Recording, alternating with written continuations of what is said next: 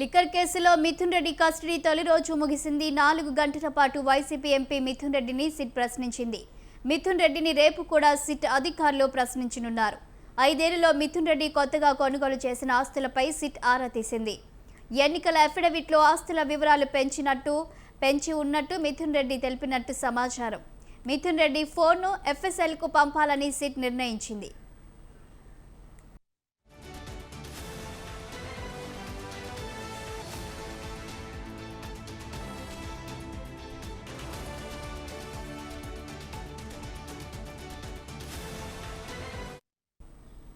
Liquor కేసులో Mithun Reddy custody తొలి రోజు ముగిసింది. 4 గంటల పాటు వైసీపీ ఎంపీ మిథున్ రెడ్డిని సిట్ ప్రశ్నించింది. మిథున్ రెడ్డిని రేపు కూడా సిట్ అధికారులు ప్రశ్నించనున్నారు. 5 ఏళ్లలో మిథున్ రెడ్డి కొత్తగా కొనుగోలు చేసిన ఆస్తులపై సిట్ ఆరా తీసింది. ఎన్నికల అఫిడవిట్లో ఆస్తుల వివరాలు ఉంచినట్టు మిథున్ రెడ్డి తెలిపినట్టు సమాచారం. మిథున్ రెడ్డి ఫోన్ను ఎఫ్ఎస్ఎల్కు పంపాలని సిట్ నిర్ణయించింది. దీనికి సంబంధించి పూర్తి సమాచారం మా కరెస్పాండెంట్ సంతోష్ అందిస్తారు. సంతోష్, కానీ ఏపీలో లిక్కర్ స్కామ్ కి సంబంధించి కీలక పరిణామాలు చోటు చేసుకుంటా ఉన్నాయి. ఒక పక్క ధనంజయ రెడ్డి, కృష్ణమోహన్ రెడ్డి లాంటి వ్యక్తులకి అయితే కనుక బెయిల్ మంజూరు చేయడంతో, ఇంకా ఎంపీ మిథున్ రెడ్డికి అయితే చూసుకున్నట్లయితే కనుక ఇక ఈ లిక్కర్ స్కామ్ కేసులో సిట్ విచారణ అయితే దూకుడు పెంచినటువంటి పరిస్థితులు కూడా కనబడతా ఉన్నాయి. ఇక 2 రోజుల పాటు ఎంపీ మిథున్ రెడ్డిని అయితే కనుక లిక్కర్ స్కామ్ కేసులో విచారించేందుకు కూడా ఇటు కోర్టు అనుమతి ఇవ్వడంతో ఈ రోజు ప్రభుత్వ ఆసుపత్రికి తీసుకెళ్లి వైద్య పరీక్షల అనంతరం కూడా సిట్ కార్యాలయానికి తీసుకురావడం, అనంతరం కూడా 4 గంటల పాటు అయితే కనుక ఎంపీ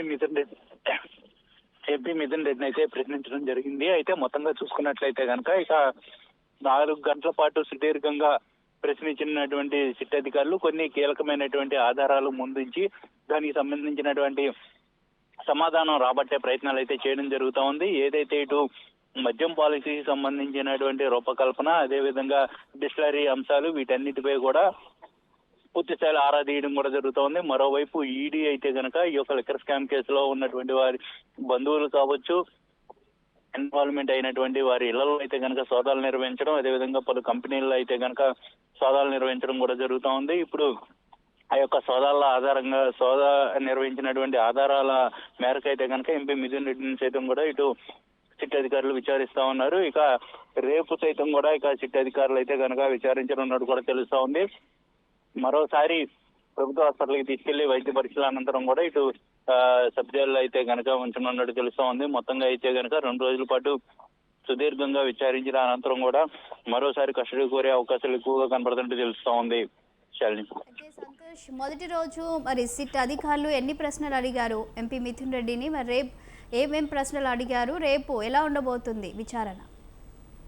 శాలిని, ఏదైతే ఇక ప్రధానంగా మద్యం గవర్నమెంట్ గత ప్రభుత్వం అధికారంలోకి వచ్చిన అనంతరం కూడా మద్యంకి సంబంధించినటువంటి అంశాలు చూసుకున్నట్లయితే కనుక ఒక పాలసీ రూపకల్పన చేసేందుకు కూడా ఈ యొక్క రాజశేఖర్ రెడ్డితో పాటు ఎవరెవరు ప్రజాప్రతినిధులు ఇన్వాల్వ్ అయ్యారు అంటే చెవిరెడ్డి, భాస్కర్ రెడ్డి లాంటి వారి వ్యక్తులు కావచ్చు, వారి అనుచరులు కావచ్చు, వీరందరూ ఇన్వాల్వ్మెంట్ తో పాటు ఏదైతే షెల్ కంపెనీల ఏర్పాటుతో పాటు అదేవిధంగా తాజాగా వెంకటేష్ నాయుడు దగ్గర పట్టుబడినటువంటి డబ్బు కావచ్చు, వీటన్నిటిపై కూడా ఫోన్ అంటే టెక్నికల్ ఎవిడెన్స్ తో పాటు కొన్ని కీలకమైనటువంటి ఆధారాలు అయితే కనుక ముందుంచి ప్రశ్నించినట్టు కూడా తెలుస్తా ఉంది. అంతేకాకుండా రేపు సైతం కూడా మరికొన్ని ఆధారాలు అయితే కనుక ముందుంచి అడిగినట్టు తెలుస్తూ ఉంది. ఎందుకంటే ఈ యొక్క డబ్బు అంతా కూడా ఏ విధంగా తరలించారు, అదేవిధంగా విదేశాల్లో ఉన్నటువంటి వ్యక్తులకి ఇటు సంబంధం ఏంటి, వీటన్నిటిపై కూడా పూర్తి స్థాయిలో ఆరా తీయనున్నట్టు కూడా తెలుస్తోంది. మరోవైపు చూసుకున్నట్లయితే కనుక